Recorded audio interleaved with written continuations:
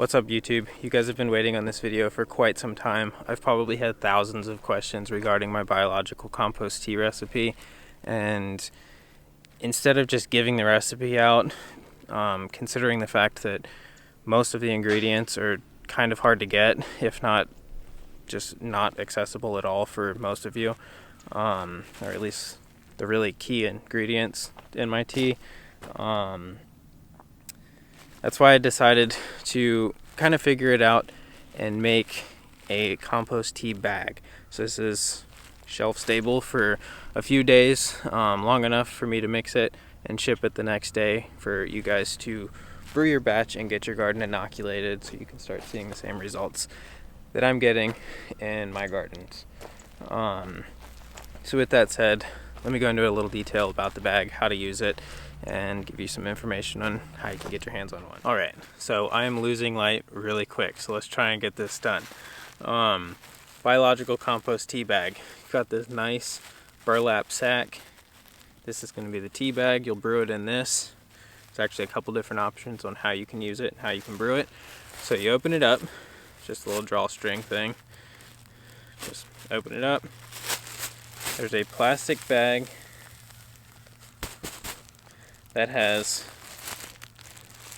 the tea in it, and so I have to ship it in plastic. One, just because right now all that's in there is actual compost, not the ingredients for the tea. I don't really need to brew a batch right now, and I don't have a package going out right this second, so we're just using compost as a demonstration. But this is the amount that you'll get.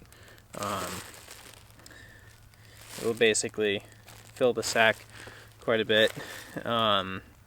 Anyways, comes in a plastic bag. This amount will brew 10 gallons worth of tea. So you can either split it up and put half of this in your tea bag, brew 5 gallons that way, and then maybe the next day brew the next 5 gallons, or in a couple days. I wouldn't let this sit longer than a week once you receive it, just because there is living biology in here, and it needs food, and it needs a little more air than it would get in the plastic bag. But there's plenty of air. It can breathe just enough while it ships. So let's pretend that we're gonna brew the whole bag. So you would just hold it, dump it into the, it's kind of hard to do without a table, but there we go. Get in there. It would fill the burlap sack. So it's in there. You guys see it. Tie it. You don't need to tie it tight. It's not like it's going to open up too much. So you can just tie a little bow on it or something. Now that it's in here, you can just throw this in a 5-gallon bucket. Put like half the 5-gallon bucket full of water, and then you're just going to want to squeeze it. And by doing this, it's actually breaking the biology up and breaking it out of the soil. So biology wants to adhere to the particles in the compost. In the base of the compost is worm castings. That's like the filler, and the rest of the ingredients are like microscopic or in a liquid state, so that's what hydrates it. So yeah, by breaking it up and kind of massaging it into the like underwater in your 5-gallon bucket, that really extracts things quick. And then you would just suspend this, like tie a piece of string to it or something, and tie it to the edge of the bucket so it's like halfway, or not touching the bottom.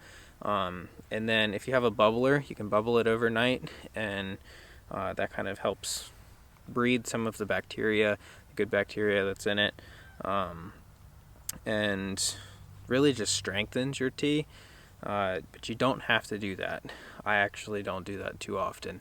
A lot of the times I will just mix it all up, spray the heck out of it really hard with the hose, and that breaks the biology up, and then I'd strain it and either put it in a backpack sprayer and do a foliar feed over the whole garden, or I would just put it in a watering can and water it in as needed wherever I need it, whether it's in seedling trays or different beds or whatever, it doesn't matter. So you can do that, or you can just pour all of the contents into a 5-gallon bucket, blast it like I said to do, and then brew it that way, and strain it the next day. When I say brew it, you're bubbling it. Strain it the next day and do the same thing, whether you filter it through this or through a strainer with some cheesecloth or something, and do foliar feeding with a backpack sprayer or a watering can. You don't really need to strain it as good, depending on your watering can, I guess. So you can do that. But the third method that I really like to use is, you're actually sitting on the bucket that I use, so I can't really show it, but it's a 1 gallon plastic bucket. I'll show a clip of me transplanting the lettuce in this bed right here. So I basically would pour this entire thing into a 1 gallon bucket, fill it up with water, and thrash it around, making sure all that biology is broken off the organic particles in here, and then dunking my transplants as I plant. So I'm walking, I've got my tray full of starts, and then I've got my bucket for the compost tea. I'd pop a start out, literally completely dunk it in the water, and then transplant. So that puts like a really hearty amount of compost tea with the transplant when it's going into the ground. And I found just from experimenting over the years that like the success I have with that and the rate that things take off after being transplanted, like transplant shock is little to none depending on your starts. If they're a little root bound or something, it might slow them down a bit, but I've noticed like 2 or 3 times at least the growth compared to just transplanting stuff out without dunking and then doing a foliar feed or something a week later. So I really love the dunking method. The nice thing is, once you're done transplanting, you'll still have your 1 gallon bucket will be at least half full. You can strain that, add more water to fill up a 5 gallon bucket, and then go and spread that in the rest of the garden. So it's still really good, and you kind of get the best of both worlds. So if it were me, that's what I would do. Mix it in your 1 gallon bucket, transplant, dunking each transplant, and then straining that off, because there's going to be some dirt in there and more particles and stuff. Straining that with cheesecloth or something, or you can use the bag, and making a 5 gallon batch of compost tea for the rest of the garden. So before I go, each bag is going to be $20. You can brew up to 10 gallons worth of tea. So no matter how you want to brew it, if you do a 5 gallon batch and you don't do the dunking method, then that would make 10 gallons worth. You can brew it in a 5 gallon bucket, cut it in half, and then you top both buckets off with more water, and that dilutes it to the right ratio to where you can spread 10 gallons worth and do it that way. Hopefully this isn't too confusing, but you can also keep it in a concentrated form for doing foliar feeds. So maybe you guys want to go back and take some notes as I'm rambling. I don't want this video to be too long, so if you guys have questions, you can always leave them in the comments too. So yeah, $20 for a compost tea bag, brews up to 10 gallons. That's $2 a gallon. Quality compost tea, if you buy it at a nursery or wherever, if they're brewing compost tea and you have access to it, it tends to go for like 10 to 12 bucks a gallon. I've seen it even more. And you also don't know how old that compost tea is. I've been to places that are selling compost tea at like 12 bucks a gallon, and then you ask them, well, how long has this batch been brewing? And they're like, oh, it's been in there for 3 or 4 days. Even with a bubbler, that means most of the bacteria has gone anaerobic because it's ran out of food. Like when there's no food for life to munch on, it starves and it dies. And when it's in an aquatic setting, there is some anaerobic bacteria that starts to grow and feed on the rotting, dying biology that's in there, all the good guys that didn't make it. So I personally just don't buy pre-brewed compost tea.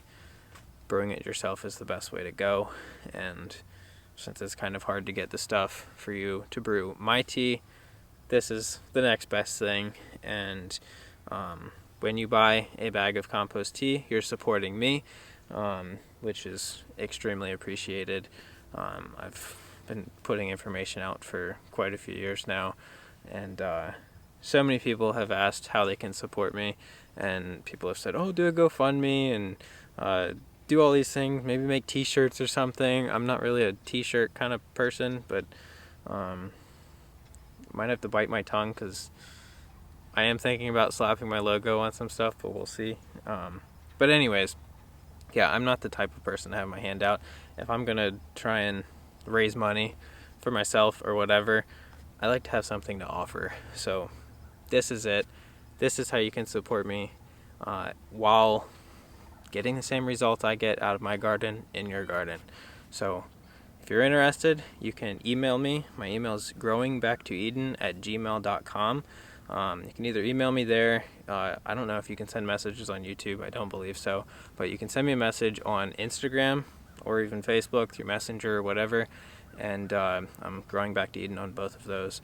And yeah, so till the next video, definitely consider getting yourself some biological compost tea. And with that said, I've pretty much lost my light for the night. So happy gardening, God bless, and I'll see you in the next video.